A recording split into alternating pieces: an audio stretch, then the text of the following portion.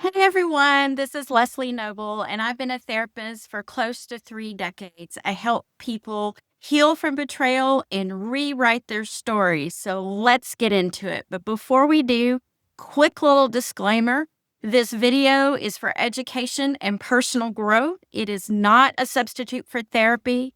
It's meant to support your healing and help you understand what betrayal does to your nervous system, your identity, and your relationships. If you are struggling, find a licensed mental health professional in your area.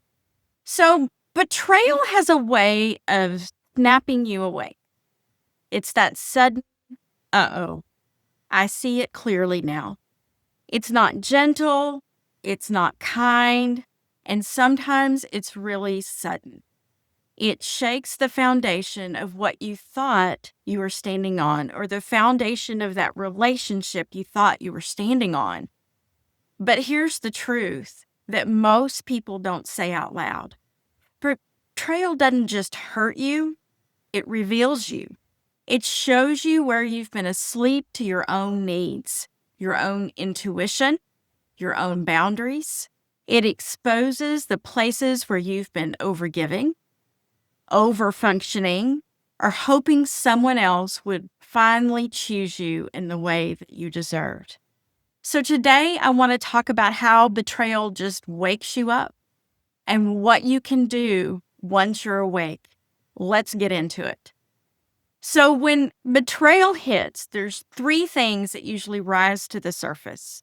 Your nervous system suddenly goes into survival mode. That's why you feel kind of unmotivated. You're sad. You kind of feel like you're frozen and numb.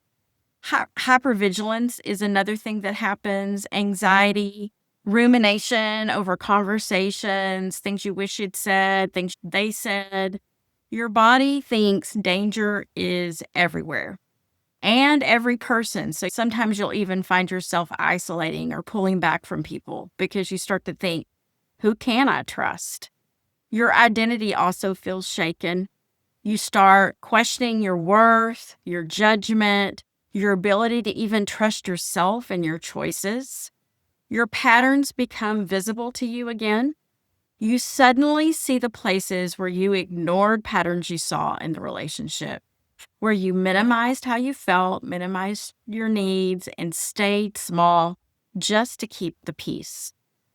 This is a powerful wake-up call moment. Painful?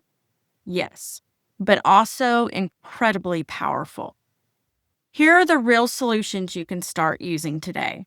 Number 1, regulate before you analyze. You cannot make clear decisions from a dysregulated nervous system.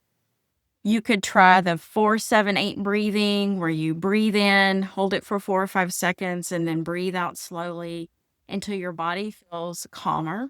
You can also look up somatic regulation exercises. There's thousands of resources for that. Orienting is another thing that you can do, where you look around and 5 things you can see, or you can put your hand over your heart and try some grounding. You can go outside for a quick walk.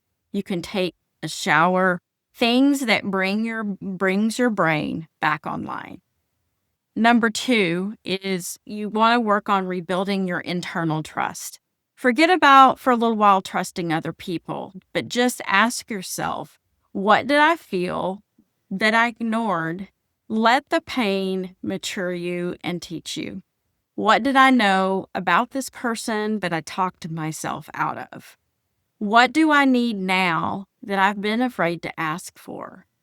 This is how your confidence in yourself grows, from listening inward again. Number 3 is creating macro boundaries. Boundaries are hard sometimes because we don't want people to be mad at us. We want everybody to like us.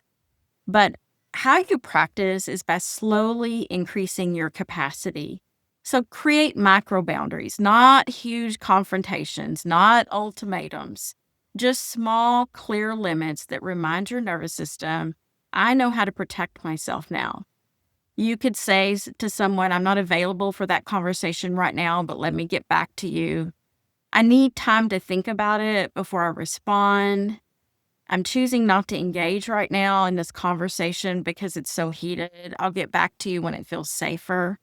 Just practicing, and even what I do sometimes is just write down phrases that worked for me. So then when I have to set a boundary, it just becomes natural because I've practiced it over and over and over again. Boundaries are hard, especially when you're a kind person and you have empathy. They're very, very hard to set sometimes. Number 4 is rewrite the story and the meaning of the betrayal. Instead of, I wasn't enough, so this person didn't show up because I wasn't enough for them, try, this showed me what I will never tolerate again. This woke up parts of me that were asleep. This made me look at myself in the mirror. And this is the moment in my life where I'm going to start choosing myself. Betrayal is not the end of your story. It's really not. I've been there. It's the moment you stop abandoning yourself. It's the moment you stop shrinking. It's the moment you stop hoping someone else will treat you the way you should have been treated all along. Betrayal wakes you up to yourself, but you get to decide what you do with that awakening. If you're ready to rebuild your confidence, regulate your nervous system, reclaim your voice, you are in the right place.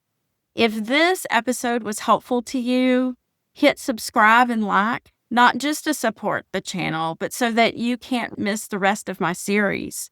We're going deeper into healing, regulation, and rebuilding your identity after betrayal. You deserve clarity.